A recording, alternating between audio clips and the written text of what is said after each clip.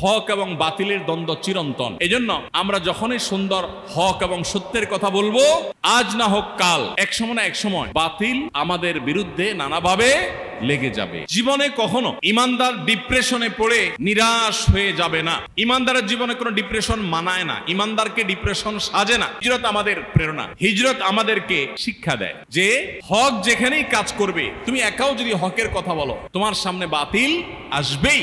আমরা ফজর নামাজের সময় যখন মুয়াজ্জিন আজান দেয়, অ্যালার্ম দিয়ে শুই আমরা।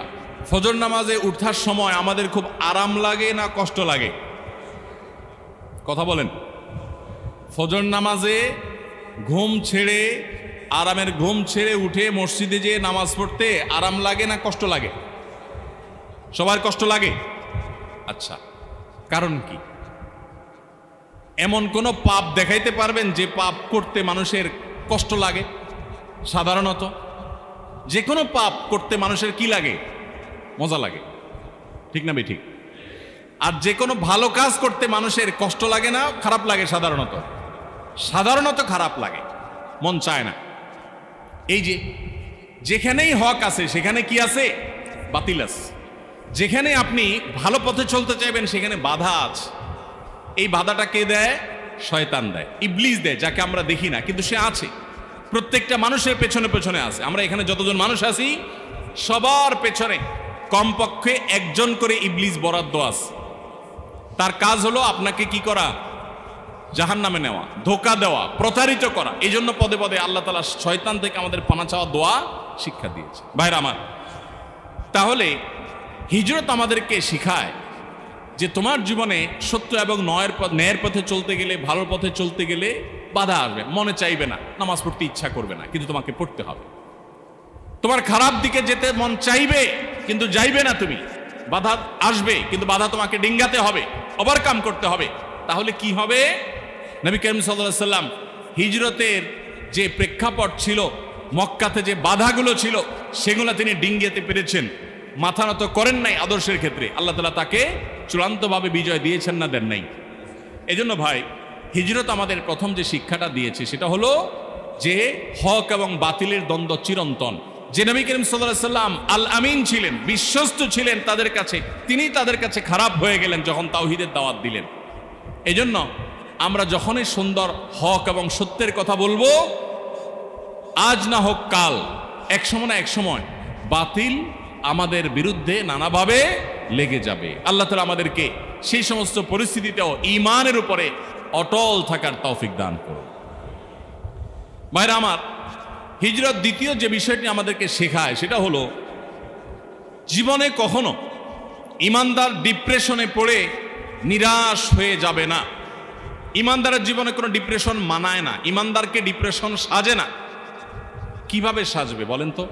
আল্লাহ বলেছেন, যালিকা বিআন্নাল্লাহা মাওলাল্লাযীনা আমানু ওয়া আন্নাল কাফিরিনা লা মাওলা লাহুম। আল্লাহ তাআলা ইমানদারদের অভিভাবক। ইমানদারদের কিছু হলে ইমানদাররা আল্লাহর কাছে সাহায্য চায়। আল্লাহর কাছে কেউ কোনো জুলুম করলে নালিশ করে, নিজের কোনো ভুল হলে ক্ষমা চায়, আল্লাহর কাছে চাওয়া যায়। ইমানদারের সেই সুযোগ আছে। আল্লাহ বলেছেন, যালিকা বিআন্নাল্লাহা মাওলাল্লাযীনা আমানু। আল্লাহ রাব্বুল আলামিন ইমানদারদের অভিভাবক। ইমানদারদের চাওয়ার বলার একটা জায়গা আছে। ওয়া আন্নাল কাফিরিনা লা মাওলা লাহুম।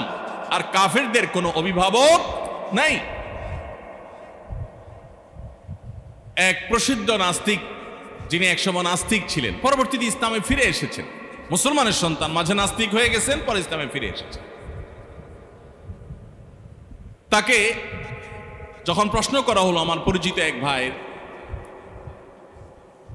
খুব কাছের একজন, তাকে যখন প্রশ্ন করলেন যে ভাই, আপনি নাস্তিক ছিলেন, বুঝে শুনেই তো নাস্তিক হয়েছেন, আবার মুসলমান হয়েছেন, কারণ কি?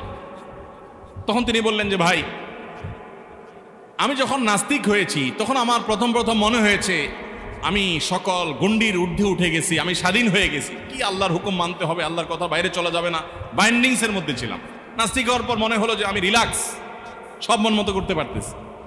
কিন্তু কিছুদিন যেতে না যেতে আমার কাছে মনে হলো যে আমি যেন কোনো প্রকার দিশা, কোনো প্রকার গাইড এগুলো হারা নির্হারা একটা পাখির মতো মানুষের মতো হয়ে গেছে, যে আমার যেন কোনো যাওয়ার জায়গা নাই। কারণ আমার মনে হতো যে আমি একান্তে একটু কারোর সাথে কথা বলি, আমার মনের দুঃখগুলো কাউকে একটু খুলে বলি।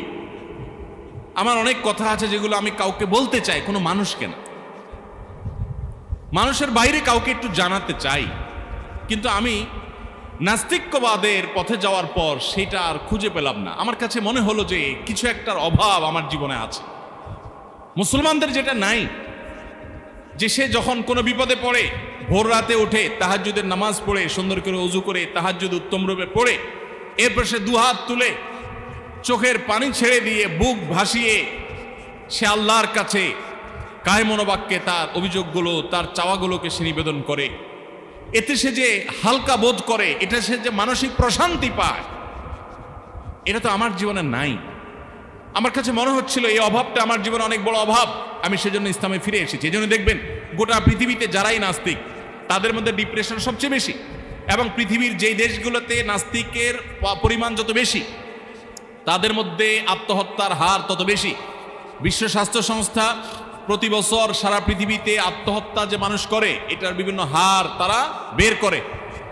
ধর্মীয় বিশ্বাসের ভিত্তিতে আত্মহত্যার যে হার আপনি যাচাই করে দেখতে পারেন, প্রায় প্রতি বছরই আত্মহত্যার হার এবং প্রবণতা সবচেয়ে বেশি থাকে হলো নাস্তিকদের মধ্যে। কারণ তাদের আসলে যাওয়ার কোনো জায়গা থাকে না। মানুষ মাত্রই জীবনে বিপদ থাকবে, পেরেশানি থাকবে, নিঃসঙ্গতা থাকবে, একাকিত্ব থাকবে, সে কারোর সাথে কথা বলতে চাইবে, কারোর সান্নিধ্য চাইবে, কারোর আশ্রয় চাইবে। এটা মানুষের স্বকীয়তার মধ্যে, স্বভাবের মধ্যে আল্লাহ দিয়ে দিয়েছেন।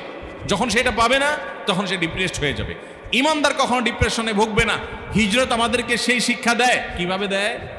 নবী করিম সাল্লাল্লাহু আলাইহি ওয়াসাল্লামের হিজরতের কথা একটু আগে আমি বলছিলাম।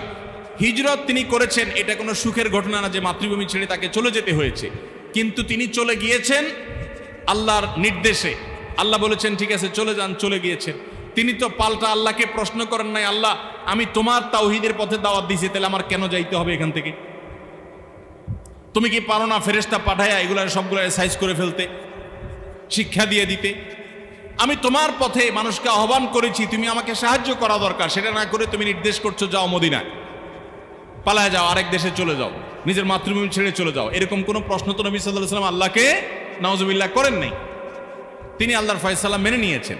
বাহ্যিকভাবে মনে হচ্ছে যে মুসলমান পরাজিত হয়ে গেছে, মক্কা থেকে হিজরত করে করে সাহাবীরা পালিয়ে পালিয়ে মদিনায় চলে যেতে হয়েছে, মনে হচ্ছিল যে পরাজিত হয়েছে। আসলে কি পরাজয়? এটা হলো বিজয়ের সূচনা মাত্র। হিজরতের পর থেকে মুসলমানদের আর পিছে তাকাতে হয় নাই। মদিনায় তারা এসেছেন, মদিনাবাসী তাদেরকে বুক উন্মুক্ত করে তাদেরকে আগলে রেখেছেন, তাদের জন্য তাদের সম্পদের অর্ধেক অর্ধেক দিয়ে দিয়েছেন, ঘর বাড়িতে জায়গা দিয়ে দিয়েছেন, পরিবারের সদস্য করে নিয়েছেন, আপন করে নিয়েছেন। নবী সাল্লাল্লাহু আলাইহি ওয়াসাল্লাম মদিনা রাষ্ট্র গঠন করেছেন। এরপর বদরের যুদ্ধে মুসলমানরা বিজয়ের হাসি হেসেছে। ওহুদের যুদ্ধে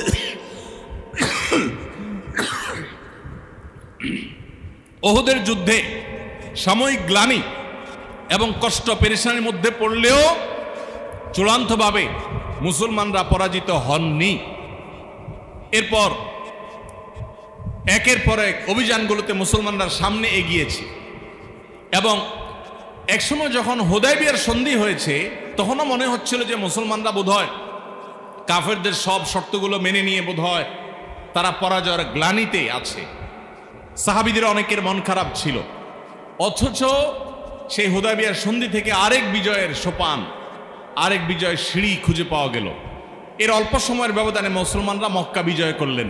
এমনভাবে বিজয় করলেন যে মক্কা থেকে তাদেরকে তাড়িয়ে দেওয়া হলো, যে মক্কা তাদের থাকতে দেওয়া হলো না, সেই মক্কা তারা শুধু বিজয় করলেনই না, অনেকটা রক্তপাতহীনভাবে, প্রায় রক্তপাতহীনভাবেই মক্কা বিজয় করেছেন এবং বীরের বেশে মক্কা প্রবেশ করেছেন, নিজের মাতৃভূমিকে স্বাধীন করেছেন। তাহলে ভাইরা আমার, হিজরত আমাদেরকে শিক্ষা দেয় ইন্না মাআল উসরে ইউসরা, ইন্না মাআল উসরে ইউসরা। নিশ্চয়ই কষ্টের পরে কি থাকে? কষ্টের পরে না।